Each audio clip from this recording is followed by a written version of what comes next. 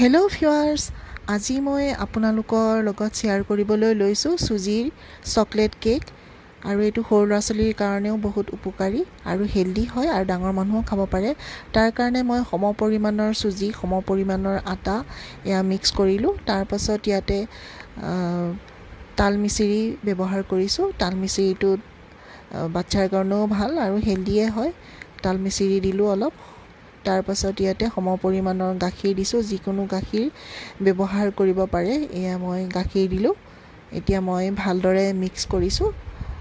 এইটোত মই কোনো ময়দা ব্যৱহাৰ কৰা নাই, চেনি ব্যৱহাৰ কৰা নাই, যিহেতু এইটো হেল্ডি হয় বহুত আৰু সৰু ল'ৰা ছোৱালীৰ কাৰণেও বহুত ভাল স্বাস্থ্যৰ কাৰণে আৰু খায়ো ভাল পাব। তাৰপাছতে মই এয়া চকলেটৰ ফ্লেভাৰৰ কাৰণে এইটো চকলেট চিৰাপ ব্যৱহাৰ কৰিছোঁ।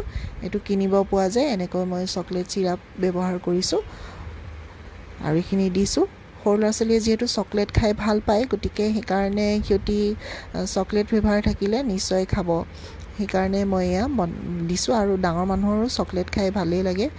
আৰু এয়া চকলেট মিক্স কৰিলোঁ, চকলেট চিৰাপ। তাৰপাছতে মই এতিয়া ছ'ডা মিক্স কৰিছোঁ অলপ। তাৰপাছতে দিছোঁ বেকিং পাউডাৰ।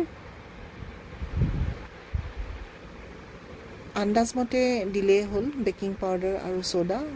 যিমানখিনি বনায় সেই হিচাপত অলপ কমকৈ দিলেও ভাল, বেছিকৈ দিব নালাগে, আন্দাজমতে দিলেই হ'ল। তাৰপাছতে এতিয়া মই ড্ৰাই ফ্ৰুটছ এয়া মিক্সিত মাৰি পাউডাৰ কৰি ৰাখিছিলোঁ। গোটেই ড্ৰাই ফ্ৰুটছখিনিয়ে আছে, বাদাম, পিষ্টা, এলমণ্ড, তাৰপাছত আখৰোট, কাজু, এই গোটেইখিনি ইয়াতে মিক্স কৰি মই এতিয়া বেটাৰটো ধুনীয়াকৈ মিহলি কৰি যেতিয়া ৰেডি হৈ গ'ল, তাৰপাছত মই 10 মিনিট ঢাকন মাৰি দিলোঁ। আৰু এতিয়া 10 মিনিটৰ পাছত ধুনীয়াকৈ এইটো বেটাৰটো মোৰ তৈয়াৰ হৈ গ'ল। আৰু এতিয়া মই পেনখনত ভালকৈ মুচি লৈছোঁ, শুকান হ'ব লাগিব। মুচি এখন নেপকিনেৰে মই এতিয়া এই ঘিউখিনি, অন্নপূৰ্ণা ঘিউ লৈছিলোঁ মই, এইটো ঘিউখিনি ইয়াতে নেপকিনখনেৰে এই বাতিকেইটাৰ চেপৰ ভালকৈ মিলাই দিছোঁ, ঘঁহি দিছোঁ। ইয়াত আপোনালোকে অন্য ৰিফাইন তেলো ব্যৱহাৰ কৰিব পাৰে। যিহেতু মই ৰিফাইন তেল ইউজ কৰা নাই, যিহেতু সৰু ল'ৰা ছোৱালীক খুৱাবৰ কাৰণেও এইটো ভাল আৰু স্বাস্থ্যৰ কাৰণেও ঘিউটো ভাল। সেইকাৰণে মই এই ঘিউৱে ব্যৱহাৰ কৰিছোঁ। আপোনালোকে ৰিফাইনো ব্যৱহাৰ কৰিব পাৰে। এনেকৈ মই অকণমান এই বাতিৰ শ্বেপকেইটা যে আছে সেইকেইটাত মই লগাই দিছোঁ, যাতে পাছত যেতিয়া এই বেটাৰখিনি দি দিম লাগি নধৰে, যাতে এৰুৱাওঁতে। সেইকাৰণে এনেকৈ দি দিছোঁ। এতিয়া মই এচামুচকৈ এই বাতিকেইটাত দি দিম। পূৰা ভৰ্তিকৈ দিব নালাগে, যিহেতু বেকিং পাউডাৰ আৰু ছ'ডা দিছোঁ, ফুলি আহিব। সেইকাৰণে বেছিকৈ দিলে বাহিৰলৈ ওলোৱাৰ চান্স থাকে। সেইকাৰণে ফুলিব যিহেতু, সেইকাৰণে মই বাতিটোৰ আধা হোৱাকৈ দিছোঁ।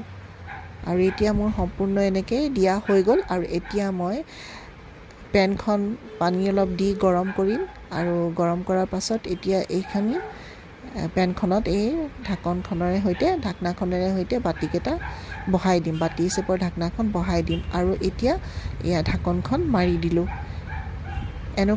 এনেকুৱা পেন কিনিবই পোৱা যায়। এইখন আচলতে ম'ম' বনোৱা হয়, ম'ম', ঢোকলা এইবোৰ বনাব পাৰি। গতিকে আপোনালোকে বজাৰত এনেকুৱা পাব। আৰু এয়া মই এতিয়া 10 মিনিটৰ পাছত এয়া চাইছোঁ ঢাকনখন খুলি, আৰু মোৰ এয়া ৰেডি হৈ গৈছে। এডাল টুথপিক দি এনেকৈ কৰি চাইছোঁ, যদি লাগি নাহে বস্তুখিনি ভিতৰৰ, তেতিয়া জানিব যে পূৰা সিজিছে। আৰু মোৰ ধুনীয়াকৈ সিজা হৈ গ'ল আৰু মোৰ এয়া চুজিৰ চকলেট কেক ৰেডি হৈ গ'ল। আপোনালোকেও এনেকৈ বনাব পাৰে। যদি ভিডিঅ'টো ভাল পায়, লাইক আৰু কমেণ্ট এটা কৰিব।